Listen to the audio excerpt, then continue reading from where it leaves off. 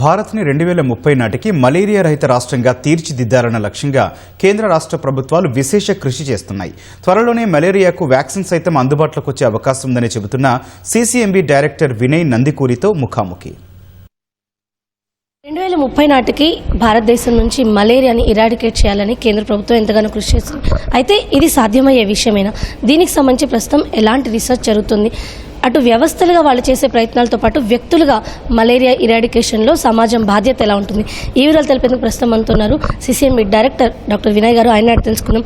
Sir, malaria eradication 2030 ఈ గోల్తో మనం ముందుకు వెళ్తున్నాం, కానీ ఇప్పటివరకు వ్యాక్సిన్నే మనం ఫుల్ ఫ్లెడ్జ్గా తెచ్చుకోలేకపోయాం. ఇది సాధ్యపడే విషయం అంటారా? నమస్కారం. సాధ్యపడుతుందా పడదా అనేది తర్వాత చూసుకోవాలి. మనం మన తరపున ఎఫర్ట్ చేయాలి. వ్యాక్సిన్ ఒకటి వస్తుంది. వ్యాక్సిన్ ఉన్నా అది పూర్తిగా పనిచేస్తుందా, ఎంత ఎఫెక్టివ్గా ఉంటుంది అనేది మనకి పూర్తిగా తెలియదు. లెట్స్ అస్యూమ్ పెద్దగా ఎఫెక్టివ్ లేకపోయినా you will have multiple tools. ఒకటి vaccine, and then you have already therapies ఉన్నాయి, మన దగ్గర డ్రగ్స్ ఉన్నాయి. So that is anyway there. అది కాకుండా మన ఇండియా ఈజ్ నాట్ అన్ ఎమోర్ all of India is not endemic. కొన్ని ఏరియాస్ ఇండియాలో మలేరియా ఎఫెక్ట్ చాలా ఎక్కువ ఉంది, కానీ మొత్తం ఇండియాలో లేదు. ఒకప్పుడున్నంత లేడు ఇప్పుడు ప్రస్తుతానికి లేదు. లోడ్ తగ్గింది, ఇంకా తగ్గించవచ్చు. అది తగ్గించాలి అంటే మనం ఆ వెక్టర్ అనేది మస్కిటో, దాని ఎలిమినేషన్ మీద కూడా పనిచేయాలి. దాని తర్వాత వ్యాక్సిన్ కూడా యూజ్ చేయాలి. అది కాకుండా కొత్త డ్రగ్స్ కూడా కావాలి. ఉన్న డ్రగ్స్ని చాలా ఎఫెక్టివ్గా యూజ్ చేయాలి, so that resistance doesn't come. నేను విన్నది ప్రస్తుతానికి ముందున్న లెవెల్లో ప్రాబ్లం లేదు, అలాగని పూర్తిగా వెళ్ళిపోలేదు. ఇప్పుడు మనం 2026లో మాట్లాడుతున్నాం. 4 సంవత్సరాల్లో లోడ్ తగ్గించవచ్చు కదా. So we have to put stiff targets. అయితే మీరు అన్నట్టు అన్ని ప్రాంతాల్లో ఎండమిక్గా లేదు మలేరియా. ఛత్తీస్గఢ్ కానివ్వండి, ఒడిశా ఇట్లాంటి ప్రాంతాల్లో ఎక్కువగా ఉంది.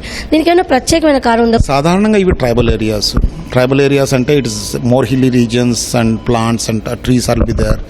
అప్పుడు మస్కిటో లోడ్ ఎక్కువగా ఉంటుంది కాబట్టి మీకు అక్కడ చాలా సాధారణంగా ఇవి ఇంకా ఉంటాయి. మస్కిటోని పూర్తిగా మనం ఎలిమినేట్ చేయలేం.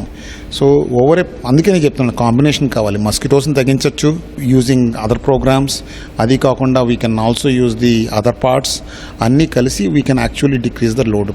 If we can actually attack the source, that is mosquitoes. Simple things as actually mosquito net వేసుకున్నా మీ మలేరియా ప్రాబ్లం తగ్గుతుంది. దాంతో చాలా డైరెక్ట్ కోరలేషన్ ఉంది. కానీ basically it is because of a mosquito bite.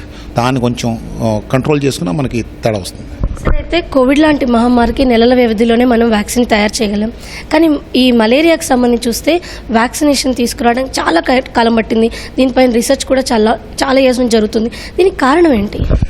Covid ఒక వైరస్కి వ్యాక్సిన్ చేయాలి అంటే యూ జస్ట్ టేక్ ద మొత్తం ఇన్యాక్టివేటెడ్ వైరస్ తీసుకోవచ్చు, సబ్ యూనిట్ వ్యాక్సిన్ తీసుకోవచ్చు. సాధారణంగా దే ఆర్ ఎఫెక్టివ్ ఎనఫ్. ఒక్కొక్క వ్యాక్సిన్ ఒక్కొక్క విధంగా పనిచేస్తుంది.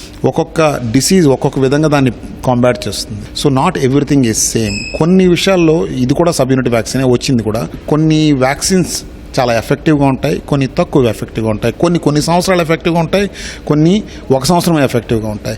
ఇవన్నీ వ్యాక్సిన్ టు వ్యాక్సిన్ చేంజెస్ వస్తాయి. So there is no universal rule in vaccine.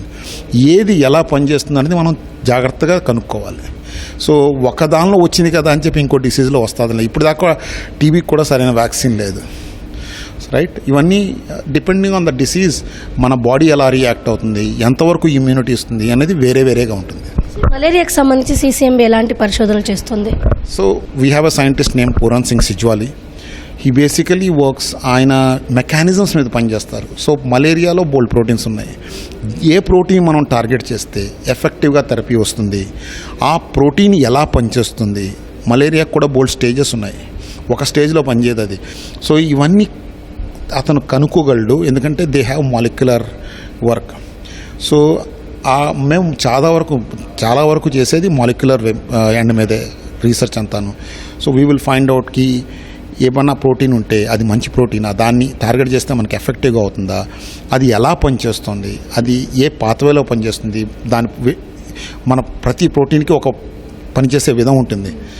ఏది ఎఫెక్ట్ అవుతుంది, దాన్ని మనం తీస్తే ఏమవుతుంది, ఇవన్నీ కనుక్కోవడమే మేము మాలిక్యులర్ చేసే రీసెర్చ్ ఆయన చేస్తూ ఉంటాడు. ఇప్పుడు యాజ్ అ డైరెక్టర్ సిసిఎంబి ఇండివిజువల్గా మనం దీన్ని మొత్తానికి ఇరాడికేట్ చేయడంలో మన పాత్ర ఎలా ఉంటుంది? మన పాత్ర అనేది మీరు మస్కిటోస్ ఎక్కడ బ్రీడ్ అవుతాయి. If you can eliminate mosquito breeding site, మన end of the summer rainy season మధ్యనే ఇవన్నీ ఎక్కువ అవుతాయి. చాలా చిన్న విషయం కదా, మనం ఆ నీళ్ళని క్లీన్ చేసి వదిలేస్తే. So this is our effort. మనం అయినంత వరకు మన సరౌండింగ్స్ని క్లీన్గా పెట్టుకుంటే మన మాస్కిటో ప్రాబ్లం తగ్గుతుంది. 2030 నాటికి మలేరియా ఇరాడికేషన్కి కావాల్సినటువంటి ప్రయత్నాలు అయితే సాగుతున్నాయి. అయితే ఇందులో భాగంగా వ్యక్తులుగా కూడా ఎవరి పరిసర ప్రాంతాలని వాళ్ళు శుభ్రంగా ఉంచుకున్నట్లయితే కనుక మలేరియా ఇరాడికేషన్లో మనం కూడా భాగం కావచ్చు. అదేవిధంగా దీన్ని పూర్తిగా నిర్మూలించుకునే అవకాశం ఉంది అంటున్నారు doctor Vinay garu. Camera person చిరంజీవితో రమ్య, ఈటీవీ న్యూస్, హైదరాబాద్.